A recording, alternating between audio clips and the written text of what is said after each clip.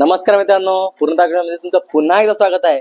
आज मित्रांनो मागल्या व्हिडिओचा आपण सेकंड पार्ट घेणार आहोत. ओके, फर्स्ट व्हिडिओमध्ये आपण फक्त इक्वेशन पाहिलो की समीकरण म्हणजे काय आणि ते कसं सोडवायचं हे पाहिलो. तर आता आपल्याला काय करायचं आहे, वर्ड प्रॉब्लेम म्हणजे शाब्दिक उदाहरणे सोडवायचे आहेत. म्हणजे शाब्दिक उदाहरणे घेऊन त्यामध्ये आपण इक्वेशन कसं मांडायचं आणि त्याचं उत्तर कसं काढायचं हे आज आपण पाहणार आहोत. तर चला मग मित्रांनो मग करूया आज गणित आपण. ओके, तर बघा इक्वेशन नंबर पार्ट 2 मागल्या भागात मी सांगितलं होतं की दोन्ही बाजू समान म्हणजेच काय समीकरण. ओके, एक साइड असती डावी बाजू, दुसरी असती उजवी बाजू, म्हणजे राईट हँड साइड आणि लेफ्ट हँड दोन्ही इक्वल पाहिजे.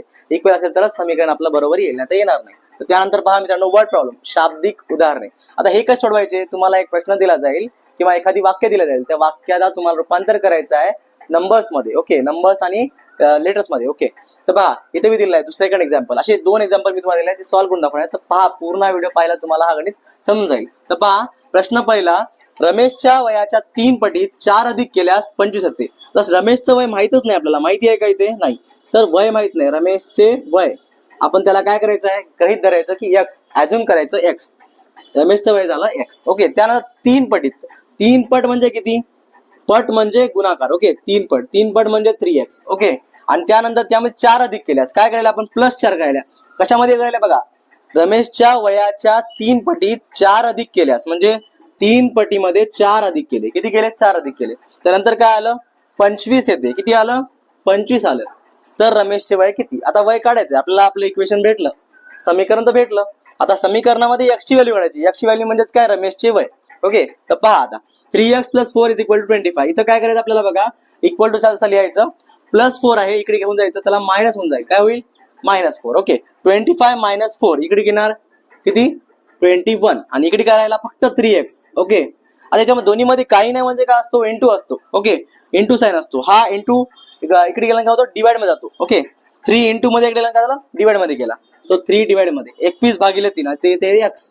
3 7 21.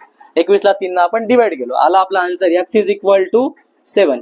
म्हणजे रमेशचं वय किती आहे आपल्याकडे? आता रमेशचे वय आले आपल्याला 7, x = 7. मग खाली आपण लिहून टाकतो, रमेशचे वय 7 वर्षे असेल किंवा आहे. ओके, त्यानंतर सेकंड प्रॉब्लेम मित्रांनो, जसा हा प्रॉब्लेम आहे त्याच प्रकारे हाही आहे, फक्त यामध्ये ऍडिशन होतं आणि यामध्ये तुम्हाला सबट्रॅक्शन केली आहे. बघा, एका संख्येत 8 वजा केला. संख्या माहिती आहे का? नाही माहिती. एक संख्या म्हणजे काय, जरा गृहीत धरायचं.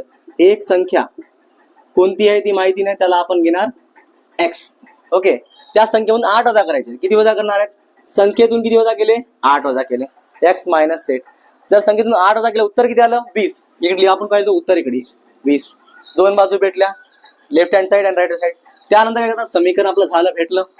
समीकरण भेटलं पण आपलं आन्सर आलं का? नाही. तर पहा आता काय करायचं, आपल्याला x ची व्हॅल्यू काढायची आहे.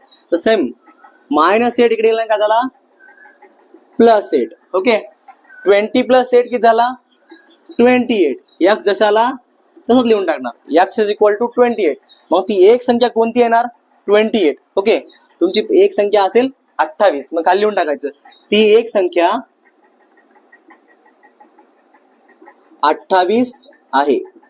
ओके, या प्रकारे तुम्ही गणित सोडू शकता. तर मित्रांनो 2 प्रॉब्लेम झाले आपले. तर थर्ड प्रॉब्लेम तुमच्यासाठी घेतलेला आहे स्पेशली, कारण तुम्हाला 2 प्रॉब्लेम नाही समजले असेल तर हे पुढचे 2 प्रॉब्लेम बघा.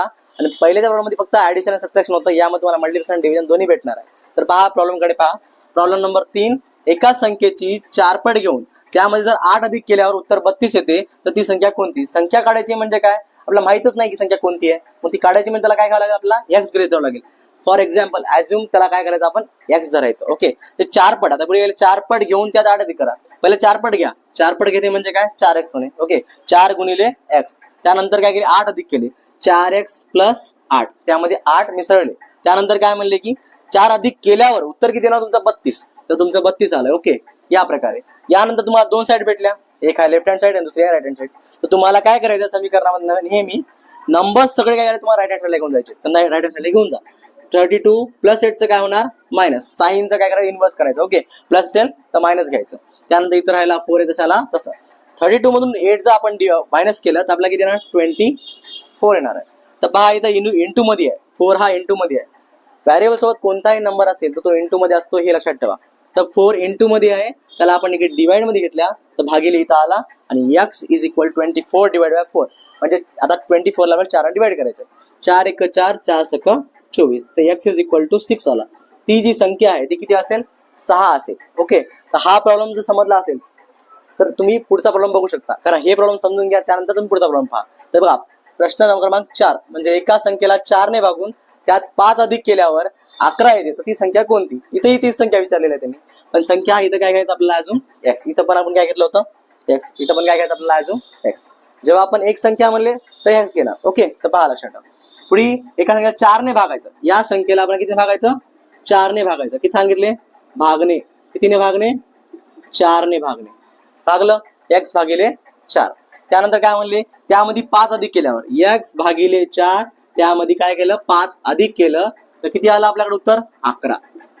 ओके, हे आपलं समीकरण तयार झालं. तर आपण काय करतो आता समीकरण तयार झाल्यानंतर सर्व नंबर्स आपण एका साईडला घेऊन जातो म्हणजे राईट हँड साईडला. 11 प्लस 5 इकडे गेला -5. 11 मधून जर 5 पाडले तर उरले किती 6. ओके, इथं करायला एक्स डिवायडेड बाय 4. हा डिवाइड इकडे गेला काय होतो multiply. Okay, x is equal to 4 multiply divide आहे इकडे गेला मल्टिप्लाय 6 4 जा साइन चौक 24. तर आपलं एक्स किती येणार 24 आणि ती संख्या आपली असेल 24. ओके, तर मित्रांनो व्हिडिओ आवडल्याचा व्हिडिओ नक्कीच लाईक करा, आपल्या सर्व मित्रांसोबत शेअर करा. 5वी ते 10वी हे बेसिक आहे आणि ह्यामध्ये तुम्हाला काही डाऊट असेल तर आम्हाला कमेंट करा.